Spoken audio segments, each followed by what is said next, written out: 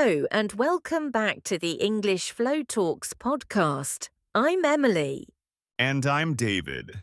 It's great to be with all of you English learners again.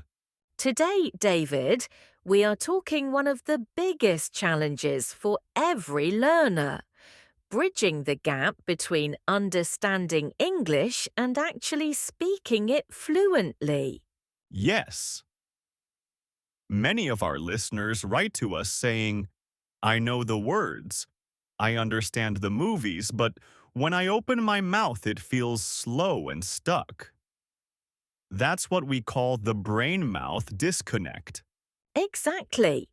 And today we're sharing a complete fluency workout to train both your brain and your mouth to work together instantly. You'll stop translating and start speaking.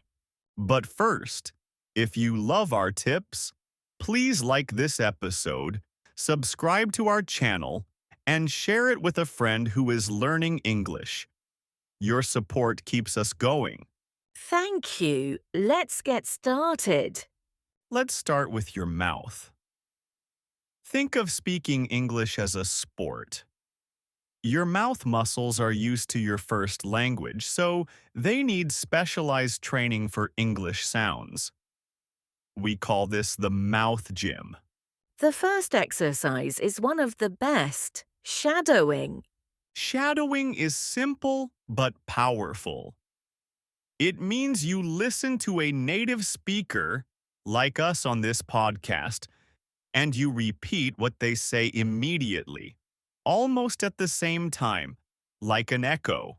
You're not just saying the words, you're copying the speaker's rhythm, intonation, and speed. This forces your mouth to get used to the physicality of English. Try it with short, simple audio clips for 5 minutes every day. Our second exercise is reading aloud. Find a short story, a news article, or even your favorite song lyrics in English. Go into a private room and read it out loud for 10 minutes. Reading aloud helps you connect the written word to the spoken sound. But the real magic is that it forces you to use your voice. It moves the language from your brain to your mouth. Don't worry about mistakes, just keep the flow. And the third exercise, the pronunciation challenge. English has some tricky sounds. To train your mouth specifically, try tongue twisters. Yes.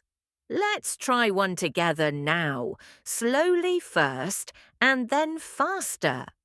Everyone listening, repeat after us. She sells seashells by the seashore. She sells seashells by the seashore. She sells seashells by the seashore. Wow, my mouth is already feeling the workout.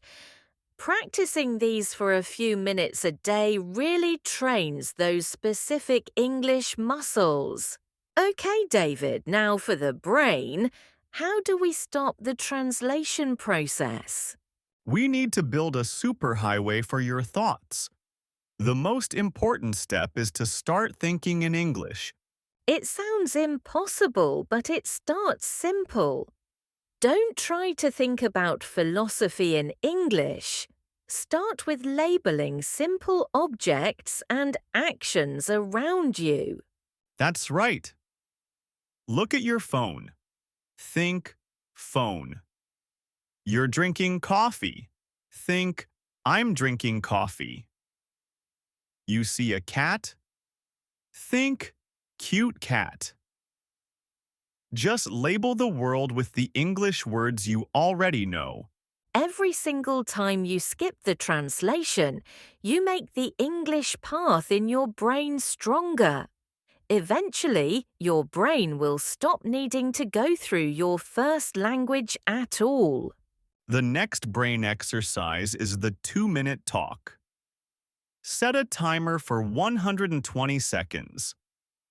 Choose any topic. your favorite food, your plans for the weekend, or a movie you watched.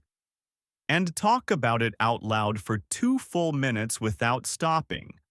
The goal is flow, not perfection. It's okay if you make a mistake or get stuck. Just keep talking. This exercise forces your brain to quickly connect ideas to English words and produce a continuous stream of speech. It's challenging, but so effective. And finally, practice internal monologue.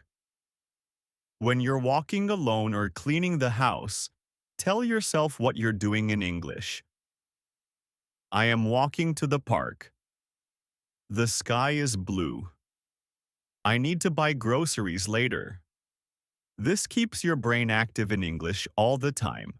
Now, let's put our listening and speaking training to work with a short story. This story is called The Clockmaker's Secret. Listen closely, and later we'll give you a speaking exercise based on it. In a small, very old town lived a clockmaker named Mr. Timothy. Mr. Timothy did not just fix clocks, he made them sing. Every clock in his little shop had a unique, beautiful sound. His own house clock, however, never made a sound. It was the quietest clock in the world. One day, a curious young boy named Leo came into the shop. "Mr. Timothy," Leo asked, "why does your clock not tick? Does it not know the time?" Mr. Timothy smiled. He had a kind face with many wrinkles. "Ah, Leo," he said, "my clock knows the time perfectly, but it knows a secret." "What secret?" the boy whispered. "The secret," the clockmaker explained, "is that a perfect clock does not count the moments. It simply lives them. My clock is silent because it doesn't need to shout to show its value. It just is." Leo went home and thought about this.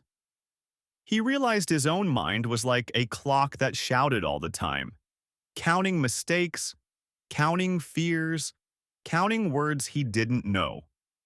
From that day, he decided to be like the silent clock, to worry less about counting the words and more about just speaking. He just was in English. And when he stopped counting, his words started to flow naturally. That's a lovely story, David. The message is so clear. Stop counting. Start living the language. Now, let's do a quick speaking drill based on the story. This is a practice for your mouth and your brain. We will give you a sentence from the story and you need to repeat it out loud right away. Focus on my rhythm and sound. Ready? Repeat. Mr. Timothy did not just fix clocks. Repeat. He made them sing. Repeat. The clock knows the time perfectly. Repeat. A perfect clock does not count the moments. Repeat. He decided to worry less about counting the words. Great job. Do this exercise often with short parts of the podcast. It's excellent practice. To finish our episode, we have 2 final tips for your daily habit. 1. Use English for simple daily tasks. Change your phone's language to English. Write your grocery list in English. Watch 5 minutes of a cartoon in English. These small actions create constant exposure without feeling like a heavy study session. 2. Consistency is your superpower. It's better to practice for 10 minutes every day than 2 hours only once a week. Daily small efforts create muscle memory and keep the English superhighway active. Don't break the chain. And remember the most important takeaway. Don't wait to be perfect to start speaking. Your brain actually follows your mouth. The more you speak, the faster your brain adapts and the more natural your fluency becomes. So, our challenge for you this week. Choose one simple action. Shadowing, reading aloud, or labeling things around you. And do it for 10 minutes every single day. You can do it. We believe in your fluency journey. Thank you so much for joining us for this fluency workout. And don't forget to subscribe to English Flow Talks. Until next time, keep practicing and keep speaking English with confidence. Bye-bye. See you soon.